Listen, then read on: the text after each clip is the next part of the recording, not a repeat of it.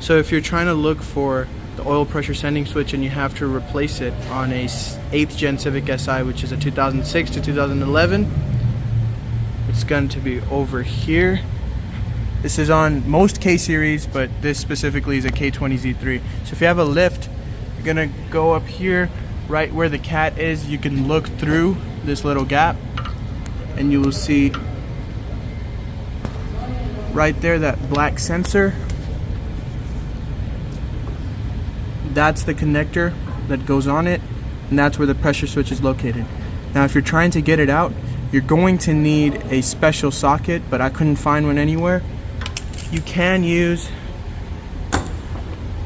a 24mm 6-point socket, but you would have to grind down the sides. I could only find this 12-point, but the walls are thin enough that it'll fit, because if you can see right above it, that's the VTEC solenoid and the heat shield for the VTEC solenoid. There isn't enough clearance to get a regular socket or an impact socket on there. So what you would do is just stick your arm through if you can and try to get the socket on there, and then you can take it off.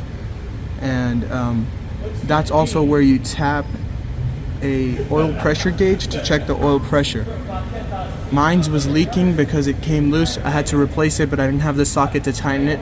So the torque measurement for it is 18 Newton meters or 12 foot-pounds.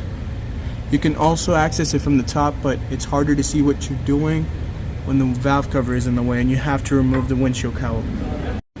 So I just tightened mine up, and we're gonna run the car right now to see if it leaks again. I just cleaned it up with some brake clean. And Andy, start it up.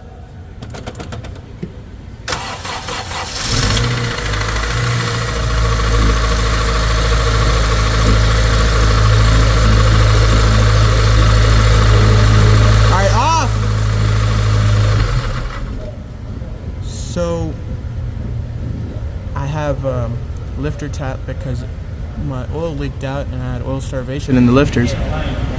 But as you can see, it's not leaking, and yeah.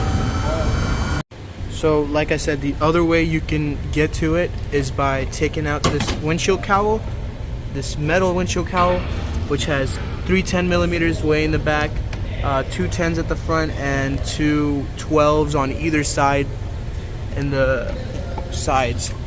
But if you get at it from back here, understand that the VTEC solenoid is right above it, so you can't see what you're doing, especially because this valve cover is in place, but it might be a little bit harder to get to. You might have to take out the heat shielding for the VTEC solenoid. I don't know, because I haven't done it this way, but you might need to get a mirror back there. But if you don't have access to a lift, this is the better way to do it.